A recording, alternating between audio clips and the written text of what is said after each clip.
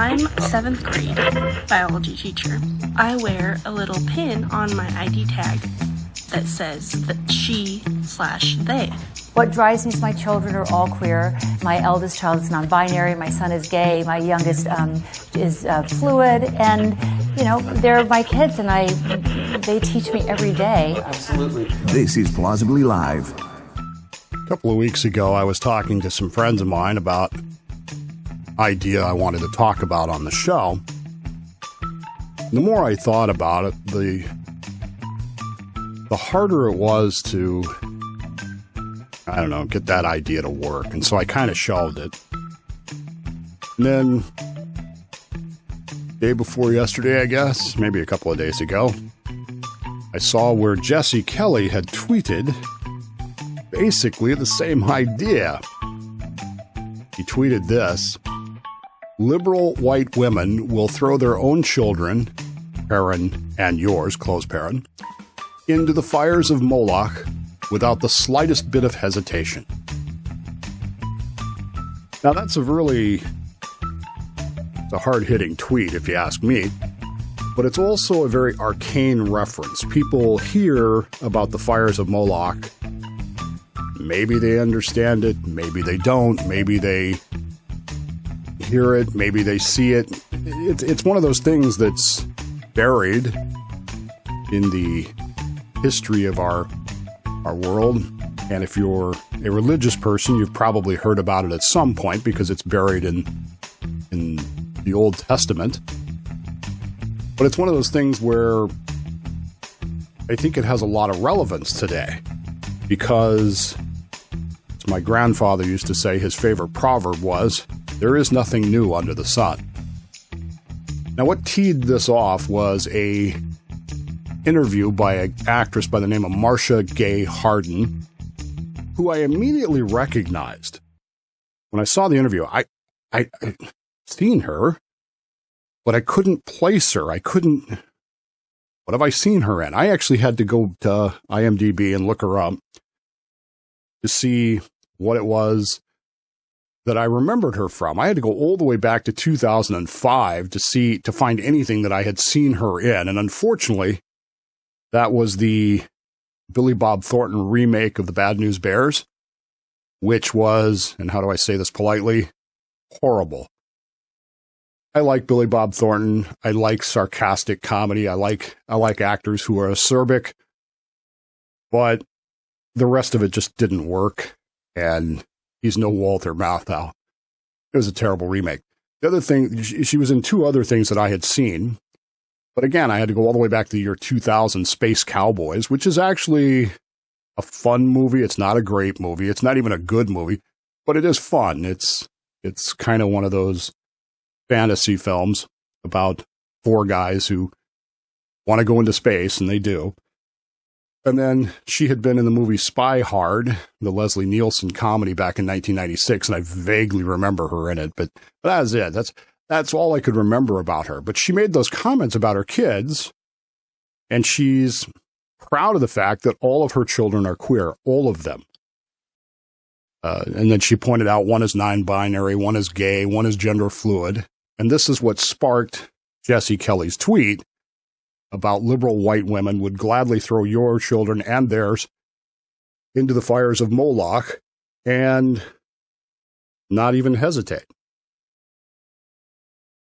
The fires of Moloch are one of those phrases that gets used on occasion. If you study the Old Testament, you're familiar with it. If you don't, you're probably not. But what were they? The worship of the Canaanite god Molech, was an abomination. Now, it is not completely clear how the god was worshipped. Stay with me here, because most people assume that it was just child sacrifice. It was, but not maybe in the way you think of. The worship of Moloch was almost entirely about protecting, quote unquote, children. How do you protect children? Well, you sacrifice them, right? I mean, clearly this is how this works, because if it didn't work that way, well, then what? There are two schools of thought of how Moloch was actually worshipped. The first is very simply that the children were cast into the fires of Moloch and destroyed. The children were killed in the fires of Moloch. The second, and I'm going to tell you right now, I lean into the second one. I'll explain why a little bit later, but I lean into this second methodology. First off, there's more archaeological evidence for it. But the idea here was that the child was not killed. The child was simply carried into the fires on two walkways that went on either side of the fire. So imagine, if you will, like a big letter E on its side. So there were fires in the spaces, and then this platform around it, kind of shaped like that, and the child would be carried on those platforms and held into the fire, and then pulled out after the child had been permanently burned or permanently injured and burned, scarred and burned. Now, I lean into that second one. There's some reasons, as I said, why, but the important thing to remember about the second one, and again, there is more and more, as I can tell, more and more evidence and more opinion, archaeological opinion, that the second one was probably more correct. But either way, it's a horrible, horrible thing to do to a child. And keep in mind, we're not talking necessarily about babies here. We're talking about children, not necessarily just infants. The child would be burned, which is a horrible thing to have happen to someone, and permanently injured and permanently scarred. Now, God, in his scriptures, does an interesting thing with Moloch. He condemns the worship of false gods, the Canaanite gods. He warns the Israelites not to do as they do. But it's Moloch about whom he is very, very specific. Other gods, cut them off, stone them, whatever. But with Moloch, he is very, very specific. It's spelled out in the book of Leviticus as to what is to happen if someone passes their child through the fires of Moloch. And for no other Canaanite deity is he this specific. Anyone who, quote unquote, passes the child through the fires of Moloch must die. But they must be executed by their community. Their community has to come together and carry out the sentence. And then God does something that is really unusual in his description of this. Not only does the community have to carry out this sentence and must do so immediately, he also acknowledges the possibility, if not probability, that the community won't do it, that they don't want to do it. And so he addresses the idea that if a community does not carry out this sentence, he will carry it out. Now, he will carry it out has some different meanings, and of course, the rabbis and sages have spent 3,000 years arguing about this. God says that he will cut them off. Now, what does that mean? Both the people and the person will be cut off from the community. It's unclear exactly what that means. It's not clear if that means that God's going to come down and strike them all dead, or if, and by the way, there's doesn't seem to be much evidence of that, or if it just means that they will be, removed from the grace of God, which is probably where he's going with this. The question you end up asking yourself is, why is God so specific about Moloch? Why is he so intense about warning the Israelites about the sacrifice to Moloch? What is it about that worship of Moloch that really drives God's warning? Now, there's a lot of discussion here. I'm going to tell you that right now. There's a lot of discussion. There's a lot of opinion. I will give you my synopsis and my opinion. You can take it for what it's worth, but I want you to keep going back to this Marcia Hardin interview and Jesse's tweet. Number one, the worship of Moloch is, I don't like the term aimed at, because it's not really who it's aimed at. It's aimed at the adults, but it abuses, it destroys, it damages defenseless children. Now, maybe you're not Jewish, and maybe you think, oh, all this Old Testament stuff, Dave, but even Jesus in the New Testament warns about people who abuse, destroy, injure children. What has he said? Something about better for them to be cast into the sea with a millstone around their neck or whatever. So this isn't just something that, we old Jews hold to. You Christians feel the same way too. It's about damaging, it's about destroying the defenseless. And if there's one thing about God that stands out, it's that he does not like the fact that people do things that attack the defenseless. The second thing is that the purpose of the worship of Moloch, the purpose of passing one's child through the fires of Moloch, is false.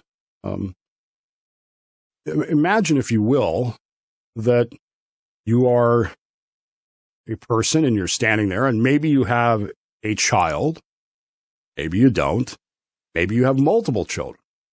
And all of a sudden this priest walks up to you, priest of Moloch walks up to you and starts prophesying over you and informs you that unless you propitiate Moloch, that is, pass a child through the fires, your other children will be in danger as well, and your future children will be in danger as well. And by extension, if your child is destined to be something very important to the community, you're going to damage the community. And so it's up to you to save your other children in the community and everything else by passing your child, by sacrificing your child to Moloch. And this, of course, is what's important. And so, sorry, my wife's texted me. I got to respond because, that's what you do when your wife texts. Anyway, she's on her way home. The point here being that you're being told this by someone who supposedly has some gravitas, some importance when it comes to this idea of the worship of a deity that you're not supposed to be worshiping and shouldn't care less what they have to say. But it's in your community. And all of a sudden people are telling you if you don't behave this way, you are the problem. Suddenly people are telling you that if you don't behave this way, you are a cancer to our society.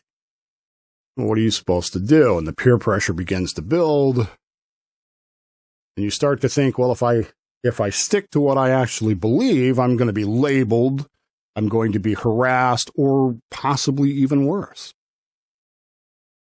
Maybe you make that decision to pass your child through the fires of Moloch, because really, what can it hurt? The child's not going to be killed. They'll just be hurt. They'll be damaged. And there you go. And so perhaps you do this. And, again, evidence indicates to us that many people did. It's all based on a false prophecy, of course, because we're doing away with free will again. And we're deciding what the destiny of someone is based not upon their own free will and their own inclinations, but rather on prophecy from false prophets. We're deleting the free will of the child. We're deleting the free will of the parent. You simply have no way of knowing how your child's going to turn out. You just don't. You hope, you plan, you teach, but you have no way of knowing what your child will be. The big picture here, though, is that if you do this, if you pass your child through the fires of Moloch, your child, assuming it's the second one and not the first, and it could be the first, although, again, much of the scientific, archaeological evidence, anthropological evidence now is that it wasn't that. But either way, the child is permanently scarred and permanently traumatized. Imagine being handed into fire by your parent. What message does that send to your community? See, my child was sacrificed to Moloch. My child was passed through the fires of Moloch. How come you haven't done that? How come you have not propitiated Moloch? How come you have not carried forward? How come you are not following along with what we have decided is the most important thing now? It literally becomes a living scarecrow. Do as Moloch has commanded the community to do, or else.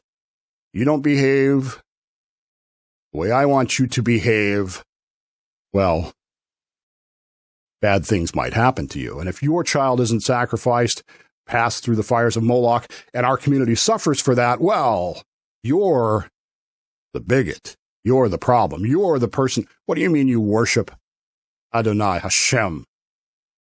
Where is Hashem? Moloch is here with his arms out. You can't see Hashem. It also becomes an abusive situation with the children. If you don't behave the way I tell you to behave, maybe one of you will be sacrificed to Moloch. It becomes psychological, physiological, and physical abuse of the children. And of course, that becomes a controlling method. I want you to behave the way I want you to behave in the future. This is why I tend to lean towards the system of non-death sacrifice, but there you go. In recent days, I have noticed, now I realize, going back and looking at it, it's been going on for a while, but it has become particularly noticeable to me since I read a quote some time ago talking about trans athletes, particularly male trans athletes. And one of the things that was said was, once a child reaches puberty, an athlete will always have the advantages of being male. This is why it's important to prevent them from reaching puberty before they become trans athletes, before they become pretend women, because that way they won't have the advantages of having gone through puberty. And I've noticed in recent months, weeks, that there has been a great move towards prepubescent transition of children, almost forcing. My child has decided that he or she particularly wants to be female. The child is given no realistic choice in the matter. Again, we're told that children can make a decision to become trans, but they can't make a decision to take out a student loan, buy a gun. They're given no realistic choice in the matter. A child is living in the immediate, and when you because a child lives in the immediate, I've seen it with Ben. I want this right now. So you get it for him, and an hour later, he's forgotten about it. There's a toy sitting on his shelf right now that he had a meltdown about in the store that we were in. He wanted this toy so badly. And it wasn't anything expensive. It was a couple of bucks. And I bought it for him because I thought it was kind of cool. And anyway, it's sitting on his shelf, and that's where it sits.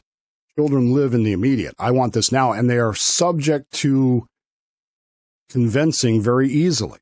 Oh, don't you want this? And when parents start saying to their children, oh, don't you want to be something else? Well, of course I want to be something else.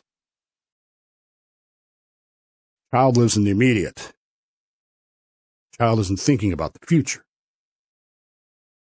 And if we take that child and we pass it through the fires of Moloch, figuratively speaking, we have already sacrificed them. What purpose do they serve going forward? What purpose does a child who has been transitioned serve? At least from a community standpoint, they serve as a warning to others. Do as we do, or else. It's almost, what do they call it? Munchausen syndrome, codependency.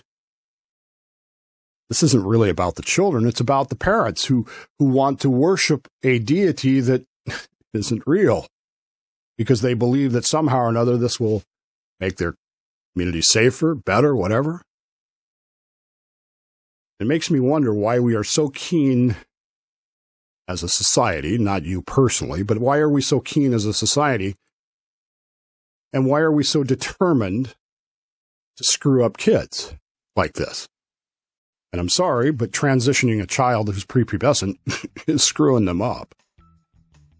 The reasons are because that's how you destroy a society. Just like the fires of Moloch destroyed Israelite society 3,000 years ago, it still does it today. There's no difference between Moloch with his arms out reaching for the children to pass through the fire and prepubescent transition today. There's no difference between the two. And that's why God hated it so much. It's why he hated the idea of Moloch and the idea of Israelite sacrifice to him. That's why he was so adamant about what the punishment should be. And as my grandfather said, there is nothing new under the sun at all. Not even the fires of Moloch.